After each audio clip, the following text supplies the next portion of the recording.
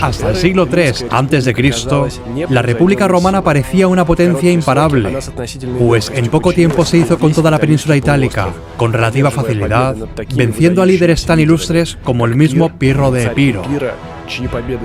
Pero pronto, Roma puso su atención en la isla de Sicilia, chocando con otra potencia mediterránea que también se encontraba en pleno auge, Cartago. El imperio cartaginés era una potencia que se extendía por todo el Mediterráneo occidental, y con la rica ciudad de Cartago a la cabeza, este imperio fenicio era el único rival que realmente podía hacer temblar a los romanos. Hasta este punto, Cartago y Roma habían sido amigos formales, pues habían establecido alianzas, acuerdos comerciales e incluso tenían enemigos mutuos. Pero cuando la República Romana comenzó a considerar tomar Sicilia para sí misma, rápidamente empezaron a crecer tensiones entre ambas facciones. En el 288 a.C., los mamertinos, quienes eran un grupo de mercenarios sicilianos, comenzaron a ocupar Mesinia. Pero tras conquistarla, se vieron rodeados por dos potencias militares, Roma y Cartago, por lo que intentaron aliarse con una de las dos, buscando así algo de protección. Al principio, solo Cartago acudió a ayudar a los mamertinos, con la condición, por supuesto, de establecer una guarnición cartaginesa en Mesinia. Pero cuando Roma vio esto, y tras un intenso debate en el Senado, decidió también ayudar a los mamertinos y mandó su propia guarnición bajo el mando de Apio Claudio Caudex. Cuando los mamertinos se percataron que los romanos estaban de camino, forzaron a los cartagineses a que se fueran, pues al ser ellos un pueblo itálico, preferían por mucho la ayuda romana. Pero en venganza por este agravio, Cartago decidió formar una alianza con Siracusa y sin mucha demora, esta nueva coalición atacó Mesinia. Conforme los romanos se acercaban a la ciudad, Anón, el comandante cartaginés, alertó a todos sus aliados sobre la amenaza que Roma suponía, por lo que los romanos, al no esperar una respuesta tan agresiva y tan rápidamente, ofrecieron un tratado de paz a Anón, pero este fue inmediatamente rechazado. En este punto, hay un debate abierto sobre si los cartagineses se fueron voluntariamente de Mesinia o si los romanos les derrotaron. Pero sea como fuere, con la llegada de Caudex, Roma ponía su estandarte fuera de la península itálica por primera vez en su historia.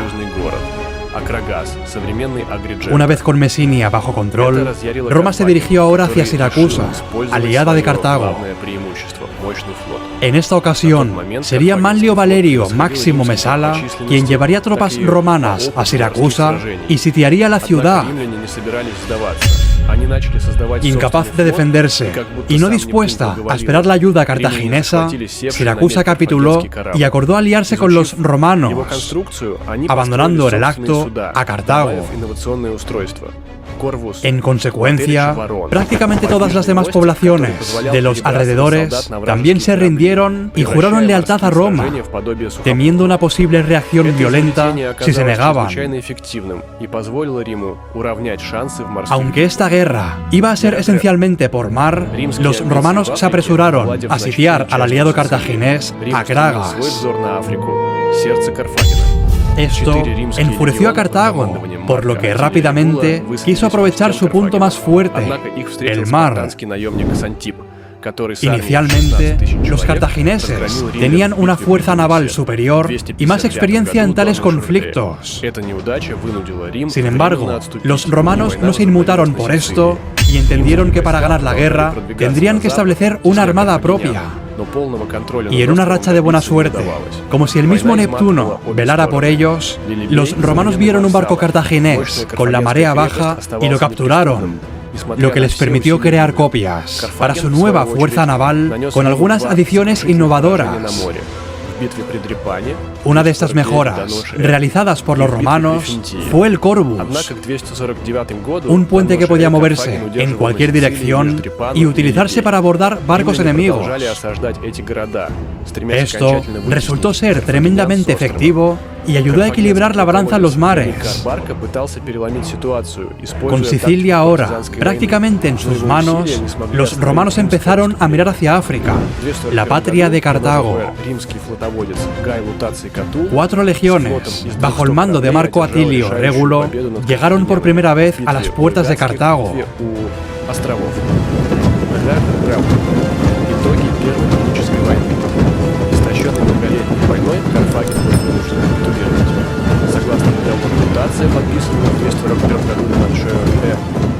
Pero un mercenario espartano, llamado Jantipo, junto con su ejército de 16.000 efectivos, derrotó a los romanos en África.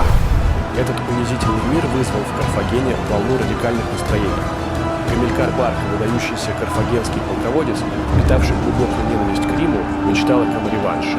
Однако Карфаген был слишком ослаблен, чтобы возобновить войну, и Гамилькар обратил свой взор на Иберийский полуостров, богатый серебром, где Карфаген уже имел процветающие колонии. Al año siguiente, la guerra se reanudaría de nuevo en Sicilia, y Roma continuó avanzando cada vez más hacia el oeste, arrinconando a los cartagineses con cada día que pasaba. Pero lo cierto es que esta guerra estaba lejos de acabar, pues Roma seguía sin poder hacerse con toda la isla. La guerra estaba agotando a ambos lados, y Lilibea presumía una ciudad inconquistable pese a los valientes esfuerzos de los romanos por tomarla.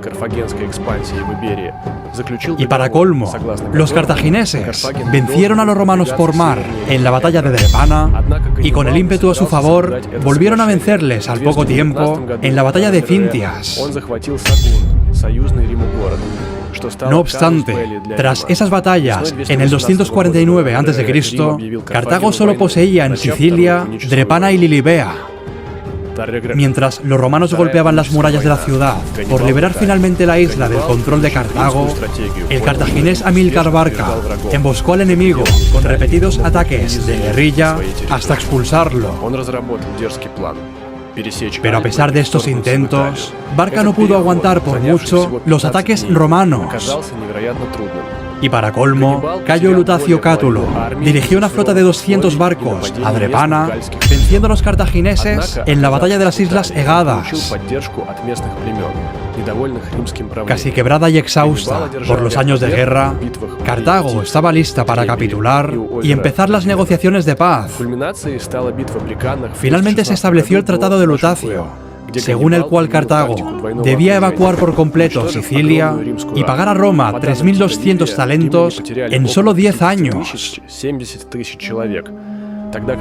Este acuerdo de paz humillante para los cartagineses llevó a que muchos dentro de Cartago se radicalizaran, entre ellos Amílcar Barca, quien era un líder militar famoso y experimentado. Su odio hacia Roma era enorme, y su mayor sueño, vengarse de la humillación que supuso la primera guerra púnica. Sin embargo, esto no sería posible en tan poco tiempo, ya que Cartago aún se estaba recuperando. Por tanto, ahora Amílcar, en lugar de mirar hacia Italia, miró hacia la península ibérica. Cartago ya tenía varias colonias prósperas en Hispania, una tierra muy rica en plata, por lo que parecía muy lógico que Amílcar fuera allí para expandir la influencia cartaginesa. Al hacerlo se estableció inicialmente en Gades y desde allí se fue expandiendo poco a poco. Con el tiempo las fuerzas de Amílcar fueron creciendo al igual que los dominios de Cartago. Sin embargo, en el 229 a.C., murió ahogado antes de tener la oportunidad de salir de Hispania y buscar la venganza que tanto deseaba. Pero Amílcar Barca tenía un hijo de nombre Aníbal, a quien había criado con una pasión ardiente y un odio a Roma, tal como él mismo tenía. Esto aseguró que incluso después de la muerte de Amílcar, Cartago seguiría siendo un enemigo acérrimo de la República Romana. A raíz de la ausencia de Amílcar, un hombre llamado Asdrúbal el Bello Tito asumiría el liderazgo de los territorios ibéricos de Cartago, que ahora cubrían la mitad de la península, con unas fuerzas en constante crecimiento. Hacia el año 226 a.C., Roma estaba algo preocupada, consciente de la expansión en Hispania de su enemigo, por lo que se firmó un tratado que establecía que Cartago no se expandiría más allá del río Ebro. Sin embargo, Aníbal no tenía la intención de respetar tal acuerdo. Después de todo, su padre le había educado para ser el azote de Roma. Solo unos pocos años después de las negociaciones entre Roma y Cartago, Aníbal tomó el control de Hispania después de que Asdrúbal muriera, y casi de inmediato comenzó a adentrarse más allá de las fronteras acordadas. Sin embargo, la gota que colmó el vaso para Roma sería cuando Aníbal capturó Sagunto en el 219 a.C., despojando así a Roma de uno de sus aliados más fieles en la región. La República Romana estaba profundamente molesta por esto, y pensando que Aníbal no podía ser demasiado difícil de derrotar, declaró la guerra a Cartago en la primavera del 218 a.C. Mientras Roma iniciaba los preparativos para la guerra, Aníbal estaba tramando su propio plan. Estudiando al enemigo, se dio cuenta de que la República Romana tenía un buen historial de derrotar a enemigos fuera de Italia, pero tal vez no dentro. Por tanto, llegó a la conclusión de que si perseguían a Aníbal en Hispania, podría perder. Pero si era él quien les daba caza en la propia Italia, tal vez entonces las tornas podrían cambiar.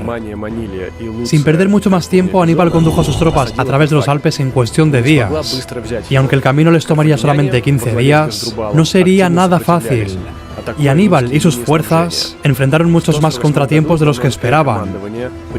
Las tribus galas locales fueron muy hostiles hacia los cartagineses, y cuando estos cruzaron la zona, más de la mitad de las tropas habían muerto o desertado. Sin embargo, afortunadamente para Aníbal, algunos lugareños de Italia estaban muy insatisfechos con el gobierno romano y comenzaron a unirse a la causa cartaginesa. Con esta nueva coalición, Aníbal venció a los romanos en múltiples escaramuzas como la batalla de Tesino, la batalla de Trebia y la batalla del lago Trasimeno. Los romanos quedaron incrédulos ante la situación, dado que esperaban ir a luchar contra Aníbal en Hispania y no en su propio territorio. No obstante, la amenaza estaba ya en su propio suelo, y hasta ahora Aníbal tenía razón. Roma parecía débil en su propio territorio, y Aníbal incluso había logrado construir su ejército gracias a los lugareños. Su confianza iba en aumento, y recibiría un impulso aún mayor cuando ambos bandos se enfrentaron en Canas, venciendo al general cartaginés de una forma aplastante. De acuerdo con Tito Livio, los cartagineses contaban con 46.000 hombres de infantería